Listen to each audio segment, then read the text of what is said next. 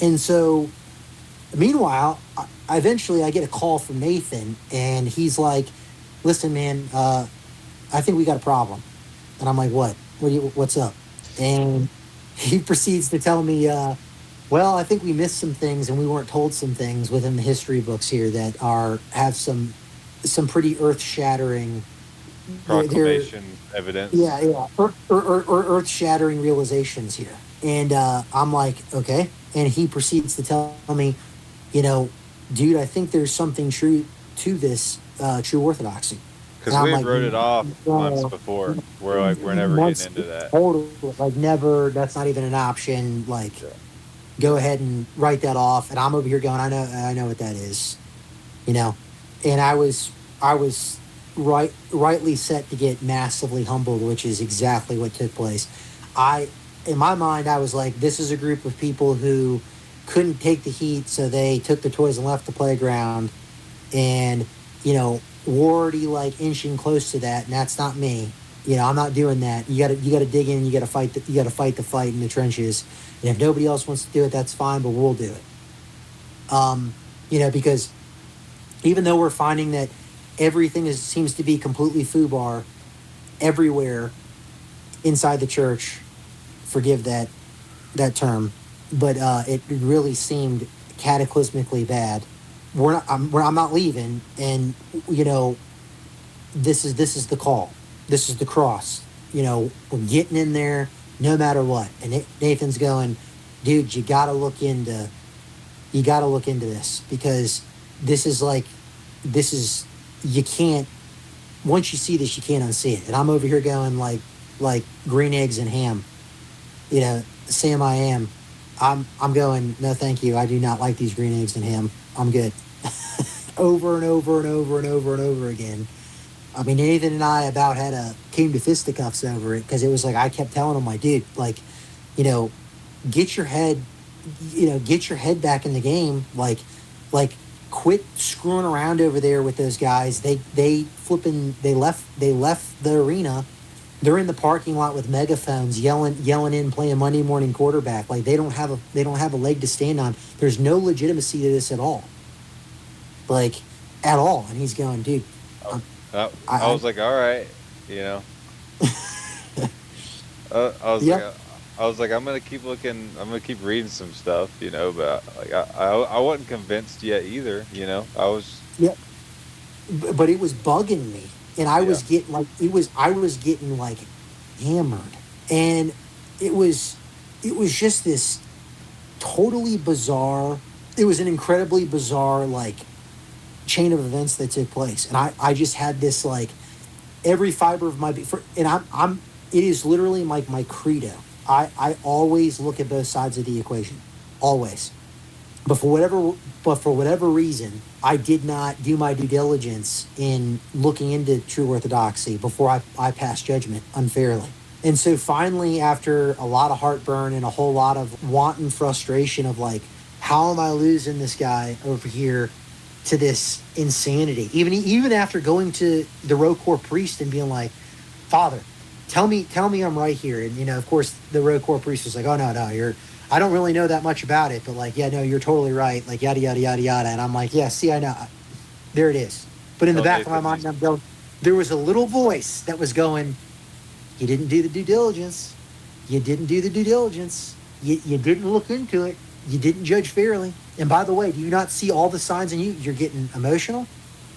You're getting reactive, and you're even getting a little offended." Finally, I had a moment, and it was a very sobering moment of, like, "Oh my gosh, I, yeah, I can't, at the very least, I got to look into this and see whatever it is that he found, to just rule it out one way or another." The fact that I won't even do that, that's a huge red flag. I don't know anything. I don't know enough about it. I just know what other people have told me, ironically.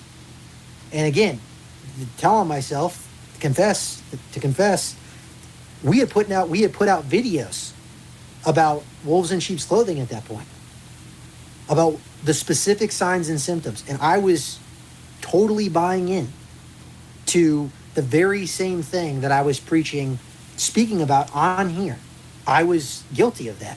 And so finally, I got hit with the incredible conviction, and I realized like I got to give it its due diligence. And that And just we goes to start show to you that the devil has a flavor for everybody. absolutely, and Yeah. he'll exploit it. There was some, I forget where I read it, but it was like he'll let you conquer some passions to let you fall into other ones to make you think you know what I mean? Yep, It's like, but because how I much thought I of was the fighting the stark, good fight, yeah, how and it's much of a funny. stark difference ROCOR-MP was to Antiochian. It was just like, oh, this has to be it, you know? It's got to be it. There Yeah. is nowhere else to go. This Yeah. is it. Oh, these other guys, true? Nah, that's not, dude. Come on, man. No Yeah. chance. And I found myself making the same arguments that people like Father Peter Hears was making. You guys left. You guys left. You don't have a say, and yada yada yada. And I'm like, oh yeah, no, totally. It's a Protestant thing.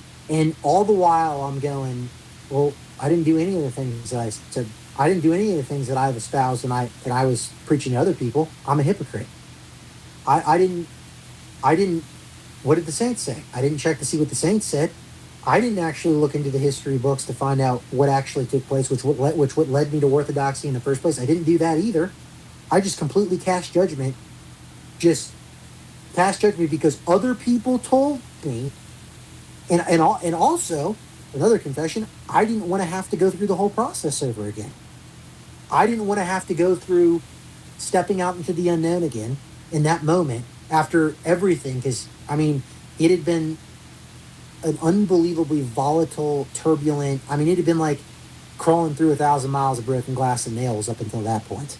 I mean, spiritually, I mean, there was nightmares every night. There was crazy stuff taking place in my house. Not like voodoo, like pictures falling off the wall and that nonsense. I'm just talking about like just strange things happening, you know, in my marriage, and again, terrible, like horrible nightmares out of nowhere that were just incessant, panic, just crazy stuff going on.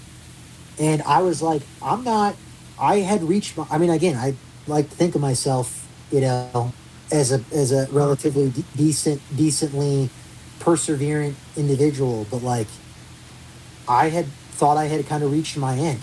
And I did not want to have to consider the fact that maybe I have to start all over again because that's what the truth requires. Following the truth requires. The truth is a person. Maybe that's what he requires. It reached that point, and I was like, all right. We started going through it, and it did not take long when I finally surrendered with a lot of reluctance and a lot of kicking and screaming. I felt like I was kind of dragged into it, but ultimately kind of surrendered on my own volition. And it was at that moment, like we found evidence that like very much what brought us into Orthodoxy in the first place. Would you not agree, Nathan? Which Yeah. it was so clear and apparent that it was like, how did we miss this? How did we miss this? It's right there, slapping you in the face of like, Yep. we're over here trying to, and again, it's so funny, ironically, the same group of individuals who we resonated with probably the most, which was the Ortho Bros, they talk about this to nauseam. All the problems, at least Dyer did, extensively, about, the church being compromised and blah, blah, blah, blah, blah, blah, and yada, yada, yada. But then when he was asked about true Orthodoxy, which we'll have to do a video on that at some point, Yeah. he refers to them as, the trailer park church or something like this. What did he say? Yeah. There's like they got like one or two parishes, and they're not even a real thing. They don't have anything. Yeah. Don't pay attention to them, pretty much. Yeah. So, well, yeah, and I've always said this. Well, our Lord and Savior was born in a cave, in a trough, I believe it was. So I'll take my chances with the humble settings over having the monolithic, cathedral any day of the week. But I also found that incredibly ironic for an individual whose home church is in a strip mall. So there's that. And then you realize very quickly they know very little to nothing about it either. What's that? It was Ruslan that was interviewing him about it, and if he would have had Yeah. any actual information to throw at Jay Dyer about it, instead of not knowing anything about it, then he wouldn't have had anything else to say. He would have. Yep. Yeah. And you can go ahead and take this to the press. No chance Jay Dyer will ever debate anybody about true orthodoxy. Because I can promise you this, it would be the end of his career. I guarantee it. The history of what took place both in Greece and in Russia, of explaining, when all of these guys in what I now refer to confidently, because I know it's true, as world orthodoxy, talk about the problems and everything they're saying, yada, yada, yada, and then they're asked, well, what's the solution? Well, right from within. There's no, again, never going back to what the saints specifically said, or what the saints did, rather. What the way was, the way, the truth, and the life. Not that. There's either zero response, change the subject, or I don't know. And that, to me, I was like, but then, and so it's like, but do you not see that what's all converging here? Do you not get what's taking place? Every single one of your patriarchs is compromised. All of your clergy are compromised. The individuals, the culture that is being promoted on all spectrums within world orthodoxy is worldliness. At some point, if it walks like a duck and quacks like a duck, do you not think it might be a duck? Same thing. That's the canary in the coal mine. Yeah. Same thing that led the vast majority of people from Protestantism and Roman Catholicism to orthodoxy. But yet that doesn't apply once you're in the so-called church. Even though all of Scripture and all of the saints' teachings for 2,000 years, and specifically in the canon of Scripture, in the New Testament, what's the number one thing it warns about over and over and over and over again is what will take place and what will increase the numbers in the last days? False teachers, false prophets, wolves in sheep's clothing. Where do you think that they're going to be attacking? If there's only one church, where do you think that they're going to be attacking? And could it be, as we later found, as we dug into this, that there is a entire counterfeit church? The enemy already pulled it off once, and that monstrosity is sitting right now in Rome, Italy. Do you not think that he could have done it again? Well, as it turns out, more subtly, if you just do the exact same thing that you did that led most of us to world orthodoxy, and you go back to what took place, you'll find it's right there for anybody who wants to humble themselves and look and challenge the identity that you have subscribed to to pressure test it. And no go matter back how and see what invested took place. you are as well. That's going to be the hard part. That is because did you build up? Did you create yourself a place in this world, or are you building it up for the next world? Because did you love anything more than Him, the truth? Because ultimately, that's what it always comes down to. And every single time you start to get comfortable, you best believe, at least it's been my experience, that you're going to get tested.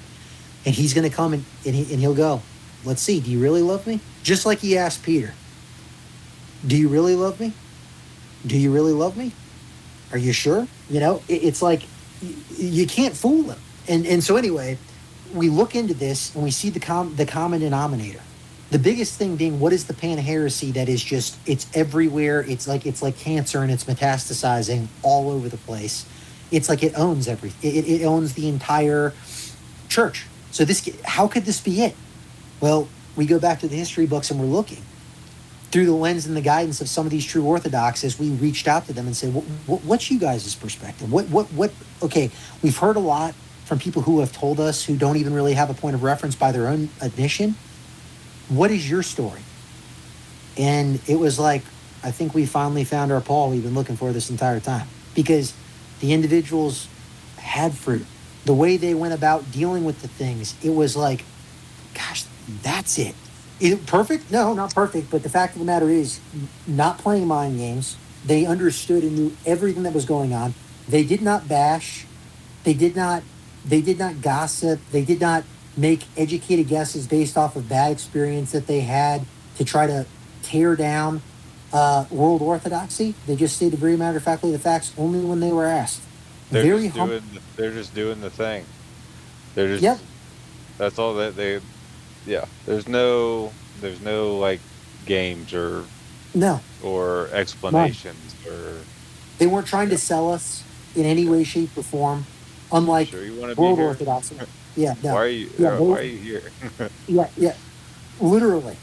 Yeah. Do you know what it is that you're inquiring about? Like, you know, and then they would say, hey, if you're really curious, and we would be like, yes, please. I mean, we're trying to figure out, like, we're trying to make heads or tails. Okay, well, you might find this interesting. Then we go and read it, and it was like, what? How did we miss this? This book right here is just one example. Russia's Catacomb Saints by I.M. Andreev. If you have not read it, highly recommend that you go and read it. Because I didn't even get to chapter 1 in the book. Not even chapter 1. It was the introduction of the book. And I immediately knew where we just came from. No wonder there was this, like, it felt like we did not fit in anywhere that we went. And when I say don't fit in, I'm not talking about like high school. I'm talking about like whatever it is, we're not on the same page with these people. Like, this is not, although it's funny because it kind of did feel like high school. It felt like a social club on both sides of the aisle. And it was like, but it doesn't, something is off here. Like, why does it seem so worldly? Like, what's the deal? What's going on? And it was like, within just the introduction of just this book specifically, it was like, it answered all the questions. I mean, from them talking about specifically about the same thing that World Orthodoxy uses to say, well, specifically, this is more on the left side of the equation, the the ecumenical patriarch Constantinople and the Antiochian archdiocese, et cetera, that they would say, well, as long as it doesn't, as long as it doesn't infringe on the tradition or the dogma, it's neither here nor there.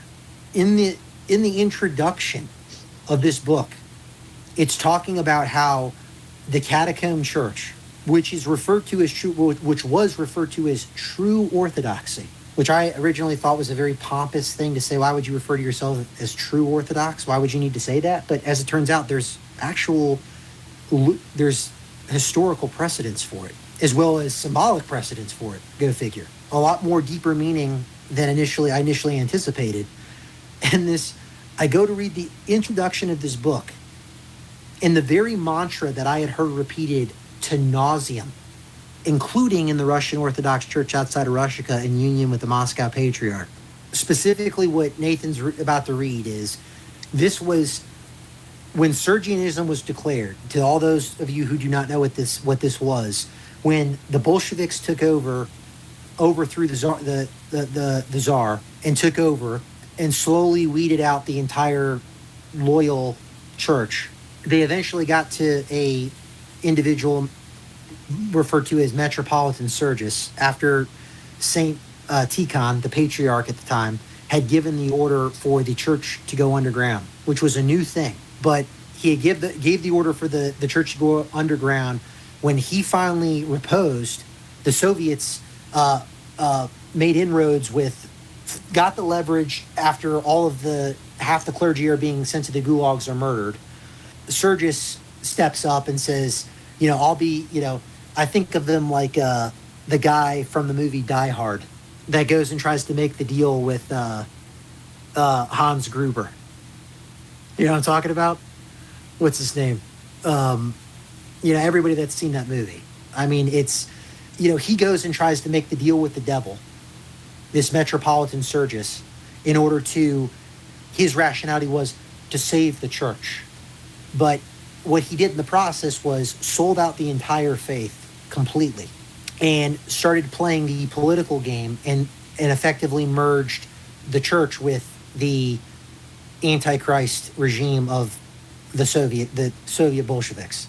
That created Sergianism, which at that point became the first version of the world. Well, no, technically this was not the first version of the World Orthodox Church. It started in Greece, but this became the church that we know today. where the place where Sergius sat, Metropolitan Sergius, is where Kirill is sitting today. And the real church, the catacomb church that was underground, began to be fiercely persecuted. Anybody that would not go along with this and basically bow the knee to this order and decree of Metropolitan Sergius, which essentially said, we're gonna celebrate the sorrows of the Soviet Union, and we're gonna what was it? We're gonna share in both the sorrows and the celebrations of the Soviet Union together, and it merged the church with the Soviets. Anybody who did not go along with this was then persecuted or martyred, which was the Catacomb Church. The church that resisted, what Nathan's about to read, is how the NKVD, which was the secret police, and for those of you who are not familiar with this, if you think the Gestapo was bad, everybody knows the Gestapo. The Gestapo had nothing on the NKVD. Nothing. Their intelligence agency was the intelligence facet of the Soviet Union was KGB, and then NKVD was essentially the FBI. Would have been the modern equivalent to the FBI. The secret police persecuted the Catacomb Church. This is what they would say to the true church, the true believers, as they were being sent to their deaths, either by execution or exiled to the gulags. Go ahead and read it. See if this sounds familiar. See if this sounds familiar to any of you guys. It says, all those who protested against the declaration of Metropolitan Sergius were arrested by the Soviet regime as counter-revolutionaries. They were shot or sent to concentration camps and exile. At interrogations, the jubilant Chekist interrogators with sarcasm and evil joy would prove the strict canonicity of Metropolitan Sergius and his declaration, which, quote, has not altered either canons or dogmas, end quote. The mass executions, persecutions, and tortures which descended upon the faithful of Christ's church are beyond description. Quote, for the true Orthodox Church there was left no alternative but to go into the catacombs. So you heard that there, and you might say, well, okay, is that not ROCOR? Read the book. Read the book. Nope, it wasn't. And you say, okay, well, that was just the Russians. What about the rest of? What about Constantinople? What about Jerusalem? Or I'm sorry. What about the Greeks? What about the rest of them? Well, it wasn't just Russia, because technically, okay, that accounts for all of the former Soviet communist bloc. So Romanians under Ceausescu, the Serbians, the who else? The Georgians. I mean, it's literally, it's like it's all the former communist bloc countries. It applies to all of them. To this day, the Moscow Patriarchate has not renounced Sergianism. When the Russian ROCOR, when they joined back, they held out and called Sergianism a heresy for the whole entire time. You know, that's the reason why they were the catacomb. They were ROCOR. Yes. And when they joined back, they just forgot about it. They did. And what the craziest thing is, and the reason why that specific quote stuck out to us, that I felt very compelled to share, just to give you a little taste, was that's the very same line that Nathan and I both have heard, and I know it's not just us, have heard from clergy all over what is known as World Orthodoxy, what will be referred to as World Orthodoxy. From the Antiochian Archdiocese to the ROCOR, to Russian Orthodox Church outside of Russia, to the Greeks, all of them. All of them. We're not violating. All say the same. We didn't violate any of the canons or the dogmas. So what's the problem? Just focus on you. Just fall back in line. The same thing that the Soviet secret police were taunting the new martyrs with as they were sent off to their execution to be killed. The same thing that they were telling them are the same thing that the clergy in a parish that you're probably going to are currently saying. Now we're just being executed spiritually. Which is exactly what was prophesized was going to happen. Yep. And it's like all the dominoes started to fall. Then you move over again. By the way, Sergianism happens in 1927. Move it back just a couple years, 1924. What takes place? See, it's funny because this doesn't get talked about very often in the catechumen classes. In World Orthodoxy, does it, Nathan? No, they were supposed to stay away from these people. Oh, the old calendar? Well, because you don't talk about it at all in ROCOR. But in the Antiochian Archdiocese, this doesn't ever come up. Heck, you're lucky if you even get a Saints quote. I don't even want to know what it's like in GoArc, but you don't hear about what happened when the calendar was switched to, and I know to a lot of people, they go, and I've heard the argument, and Lord knows, I was one of the people once again that was like, okay, yeah, so what? They changed the calendar. Okay, whatever. That's not the backbone of that's not the backbone of the faith. Yes, but of course, like everything, the devil's in the details. Because if you look at what took place as that was being shoved down the throats of all of the individuals that were at the epicenter of that decision being made to appease the Vatican, which again, they don't often admit to that, and they don't tell you that in the catechism classes. And the Protestants. And the Protestants. Yeah. To be more conducive with the world calendar. Yeah. To make inroads with heretical groups, because it's all about love and acceptance and kumbaya. Yeah, celebrate. It's all about con-celebration. It's all about being charitable and making sure that we're being accepting and tolerant. Ironically, which is the exact same mantra and the exact same talking points that a certain world organization known as the World Council of Churches uses. Interesting, huh? So they won't tell you that when that came to pass, that the individuals that resisted it, much like their brothers in Russia, many were martyred. Now, if the truth was on the side of the patriarch, and if the Holy Spirit was guiding that decision as they claim it has and still is to this day, would you need to have had liturgies rated by your secular authority thugs? Would you need to have priests thrown in prison like your Bolshevik brothers from the north? Would you need for there to be bloodshed in order for that to get taken care of? Now, let me just ask you this. For anyone with eyes to see and ears to hear, does that sound like the truth is on their side?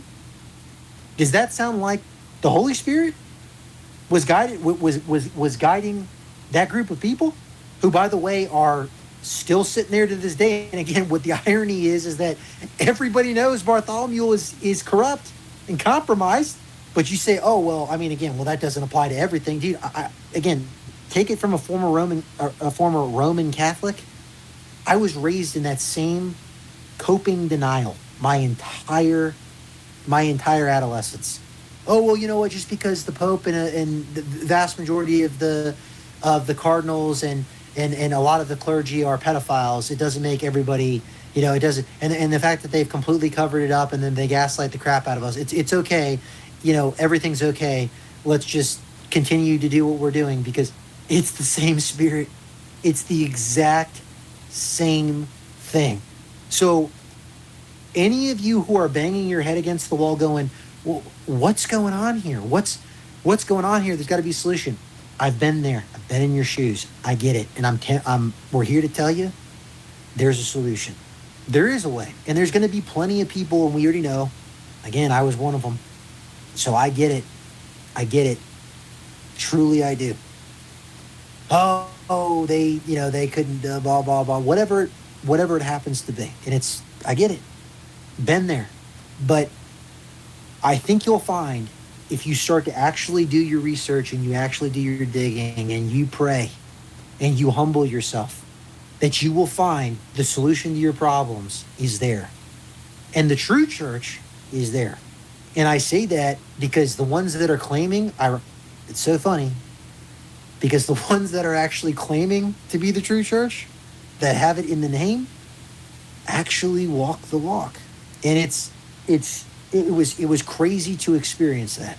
And to see them very matter-of-factly just say, yeah, we're here doing what we've always been doing. No, we're never going to be popular, but we're not here to be popular. And I'm like, wait, you stole my line. It's universally true. And the funny thing about the truth is that once you're in the truth, you don't have to play the mental gymnastics anymore. You don't have to jump through hoops trying to convince yourself this is normal. This is totally normal. Everything's going to be fine. Never mind the fact that my priest just commemorated a total flipping demonically possessed psychopath who has completely sold our faith downriver. It's okay. I'll just focus on what he said. I'll focus on me. I'll focus on my walk. Never mind the fact that they're about to be making deaconesses, and they're not actually doing it in the historical sense. They're doing it to basically bring feminism into the church, and we have our patriarch, our other patriarch in Constantinople that's called the Green Patriarch, and I know that he's compromised, and he's compromised by intelligence agencies, and that it's sketchy as it could possibly be. I know that all my clergy is involved in the World Council of Churches, and it's all leading to the one world religion. But it's okay because at least I'm in the church, and it has apostolics. No, it doesn't. Because what are the two criteria for apostolic succession? Right belief and the laying of hands. And objectively, they've got one of those, but not the other. And you could say, oh, well, that's still ancillary. You can think up any type of excuse that you would want to come up with. But the facts are the facts. It's one of those things where if you just take a look around, a sobering look around objectively, and realize and start to put the dots together, and then again, be humble enough to look at the other side of the equation, you'll find out very quickly that the facts are on one side of the equation and not on the other. Every individual will be the judge of that. One side ignores them, the other one knows them. Yep, and they don't try to prove anything. They're not trying to sell anybody. They're not out there recruiting. They don't need anybody out there. They don't do that. It's just if you're seeking the truth, if you're knocking, they're there to open the door. That's it, and it's unbelievably refreshing. It's humble, literally.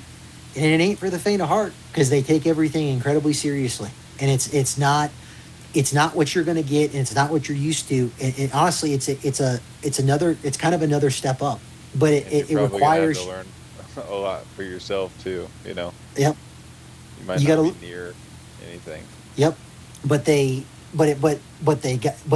it's been unbelievable to see how everything falls into place if you're willing to humble yourself and truly seek the truth. But we'll link that. I've got the PDF here. I'll link that Russia's Catacomb Saints in the description for you guys if you wanted to check it out until our next episode about more details involving this. But we just wanted to run you guys through this whole year plus long process, because I know people have been wondering, and there's been a lot of questions about, well, where are you guys now? That's the whole story. Fully transparent. Well, we've committed from the beginning, and will always be completely upfront. And we wanted to be able to introduce this to everyone and kind of let you know where things stand. And we hope to be able to introduce further what we've come to learn, and as we continue to learn. But this was a way of kind of breaking the ice, shall we say. Wait! Hey!